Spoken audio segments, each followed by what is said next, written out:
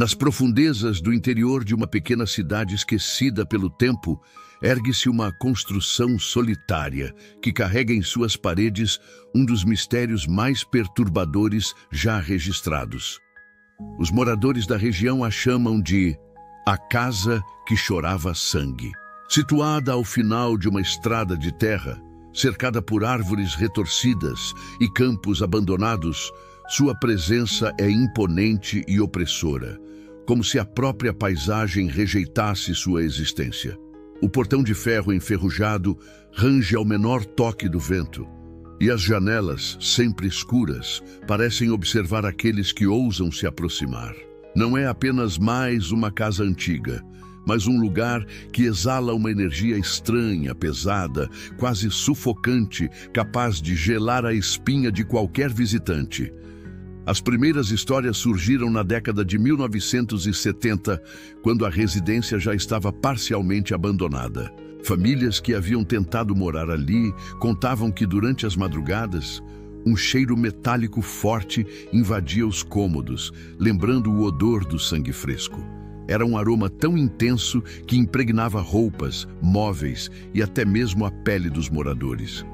Mas o que realmente aterrorizava era o fenômeno inexplicável que ocorria nas paredes. Testemunhas afirmaram que, de repente, manchas escuras começavam a se formar, expandindo-se como se a casa tivesse veias pulsando dentro de sua estrutura.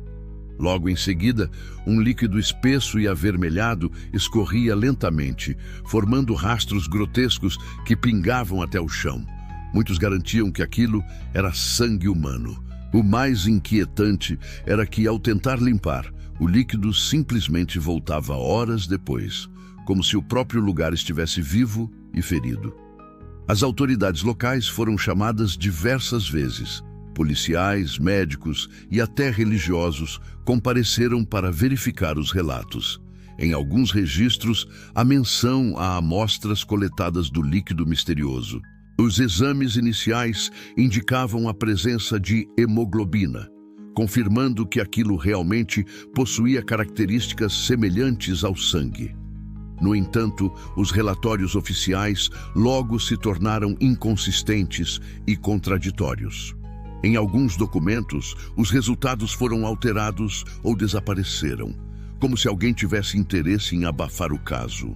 Essa estranha manipulação apenas aumentou o temor e o mistério ao redor da casa, transformando-a em um tabu para os habitantes da região.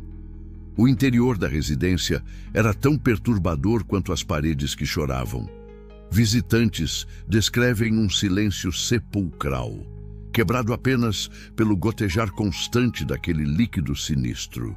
O piso de madeira rangia como se estivesse vivo, e em determinados pontos, marcas avermelhadas manchavam os degraus da escada, como se pés descalços ensanguentados tivessem caminhado por ali. Em noites de lua cheia, vizinhos afirmavam ouvir choros vindos do interior da casa, como lamentos de alguém em desespero profundo. Outros relatavam ouvir vozes sussurradas, chamando seus nomes, mesmo quando a casa estava completamente vazia. Uma das histórias mais conhecidas envolve uma família que tentou se estabelecer no local no final da década de 1980. Eles eram céticos e não acreditavam nos rumores, tratando-os como superstições locais. No início, tudo parecia normal, mas logo o pesadelo começou. A filha mais velha da família, uma menina de 12 anos, passou a acordar todas as noites dizendo que ouvia alguém chorando dentro das paredes. Pouco tempo depois, as manchas vermelhas começaram a se espalhar pelos quartos. A situação tornou-se insuportável quando, em uma madrugada, a família inteira acordou com gritos vindos da sala. Ao descerem, encontraram as paredes jorrando sangue em grande quantidade, escorrendo como se viesse de feridas abertas. O terror foi tão grande que abandonaram a casa imediatamente, deixando móveis, roupas e tudo o que possuíam para trás. Até hoje, os pertences permanecem ali, cobertos por poeira e marcas sombrias que parecem nunca desaparecer. Com o passar dos anos, o caso ganhou notoriedade, atraindo curiosos, jornalistas e até caçadores de fenômenos paranormais. Muitos tentaram passar a noite na casa para registrar os acontecimentos, mas poucos resistiram até o amanhecer. Equipamentos eletrônicos falhavam inexplicavelmente, câmeras gravavam ruídos distorcidos e microfones captavam vozes sussurradas que ninguém conseguia identificar. Alguns exploradores afirmaram que o sangue não apenas escorria das paredes, mas parecia brotar do teto e até do chão, como se a casa inteira estivesse viva e respirando em agonia. Outros relataram ver silhuetas escuras atravessando os corredores, figuras humanas sem rosto que desapareciam ao serem iluminadas por lanternas. Diversas teorias tentaram explicar o fenômeno. Alguns estudiosos acreditavam que poderia se tratar de um tipo raro de fungo ou bactéria que produzia líquidos pigmentados, confundindo os moradores. Outros falavam de truques de umidade e ferrugem que davam a ilusão de sangue.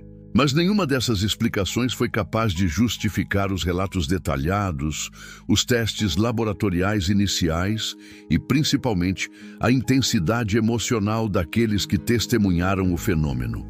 Muitos saíram da casa completamente transtornados. Alguns nunca mais voltaram a falar sobre o que presenciaram, como se algo os tivesse marcado para sempre.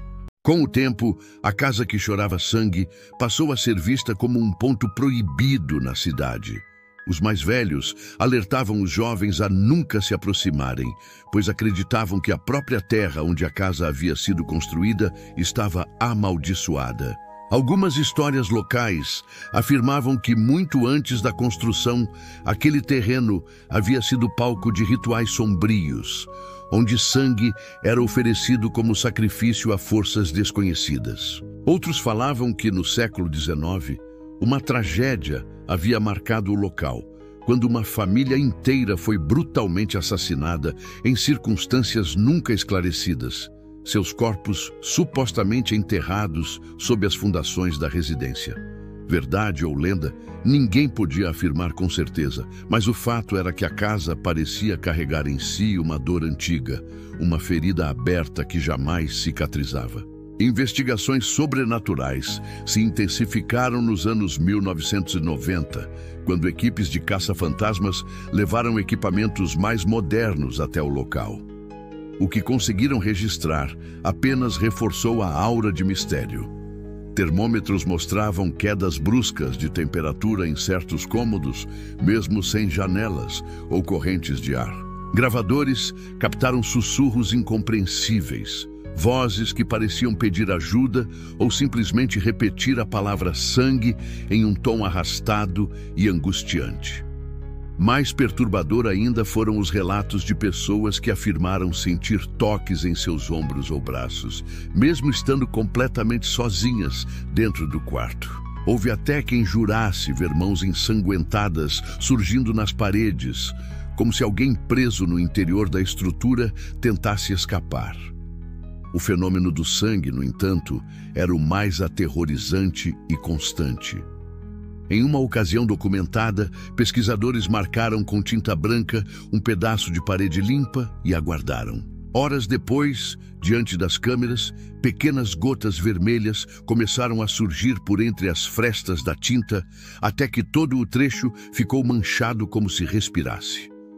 Alguns compararam a cena a um corpo vivo suando sangue, e a sensação era a de que a própria casa possuía um coração que bombeava sofrimento pelas paredes. Os moradores próximos passaram a acreditar que aquela construção não era apenas assombrada, mas sim uma entidade em si mesma, uma criatura feita de tijolos, madeira e dor eternamente condenada a chorar sangue diante de qualquer um que ousasse desafiá-la. Com a notoriedade crescente, a casa se tornou alvo de vandalismo e de rituais clandestinos. Jovens desafiavam uns aos outros a passar a noite ali, e alguns desapareceram misteriosamente após tais bravatas. A polícia local registrou desaparecimentos de adolescentes que haviam sido vistos pela última vez entrando na propriedade, mas nunca mais foram encontrados. Isso apenas fortaleceu a crença de que a casa devorava aqueles que ousavam profanar seus corredores. Relatos falavam de vultos perseguindo invasores, portas que se fechavam sozinhas, impedindo qualquer saída, e até mesmo de pessoas que, ao retornar, tinham marcas de arranhões no corpo, como se algo invisível os tivesse atacado. No início dos anos 2000, autoridades municipais decidiram interditar o local definitivamente. Placas de aviso foram instaladas, cercas erguidas e a entrada bloqueada. Mas, como em todo mistério, isso apenas aumentou a curiosidade dos mais ousados. Vídeos amadores surgiram na internet mostrando o interior da casa. Em um deles, registrado em má qualidade, é possível ver claramente uma parede começando a escorrer com líquido vermelho diante das câmeras. E no fundo, uma voz feminina parece chamar o nome de alguém. A gravação viralizou, reforçando a lenda e transformando a casa que chorava sangue em um mito contemporâneo, conhecido muito além da pequena cidade onde estava localizada. As tentativas de demolir a construção também falharam.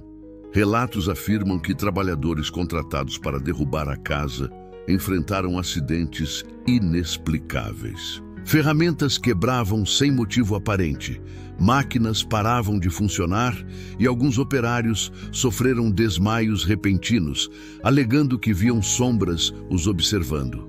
O projeto foi abandonado e a casa permanece de pé até hoje, resistindo ao tempo como se uma força invisível a protegesse contra qualquer tentativa de destruição. Para muitos, isso é a prova final de que o lugar não é apenas uma edificação, mas sim um guardião de algo que não deveria ser revelado. As teorias continuam a se multiplicar. Cientistas tentam explicar o fenômeno como resultado de infiltrações combinadas a micro-organismos capazes de produzir pigmentos vermelhos. Religiosos apontam para a possibilidade de possessão ou maldição, e estudiosos do ocultismo afirmam que a casa é um portal, um ponto de interseção entre o mundo dos vivos e o dos mortos, onde energias aprisionadas se manifestam em forma de sangue. Seja qual for a explicação, ninguém consegue negar o impacto emocional e psicológico causado por apenas alguns minutos dentro de suas paredes. Os que tiveram coragem de entrar descrevem um peso no peito, dificuldade de respirar e uma sensação de tristeza profunda que os acompanha mesmo após deixarem o local. Hoje, a casa que chorava sangue é um lembrete sombrio de que existem lugares que desafiam a lógica e a razão. Abandonada, em ruínas, ela continua atraindo curiosos e estudiosos, ao mesmo tempo em que afasta qualquer um que sinta sua energia sufocante. O tempo passa, mas os relatos permanecem vivos, narrados em conversas sussurradas nas esquinas da cidade, como advertência para os mais jovens e como um segredo sombrio que ninguém ousa enfrentar de frente. A cada novo relato, a lenda cresce, e a casa se firma como uma das histórias mais macabras já contadas, um símbolo de que talvez existam lugares marcados por tragédias tão profundas que nem o esquecimento é capaz de apagar. E você que escuta esta história, teria coragem de entrar naquela casa solitária, caminhar por seus corredores impregnados de um cheiro metálico e testemunhar com seus próprios olhos as paredes chorando sangue? Ou preferiria manter distância, permitindo que o mistério continue vivo, como uma ferida eterna na memória de todos que ousaram se aproximar? A casa que chorava sangue permanece lá, intacta e pulsante, esperando o próximo curioso que decida desafiar o impossível e talvez nunca mais retorne o mesmo.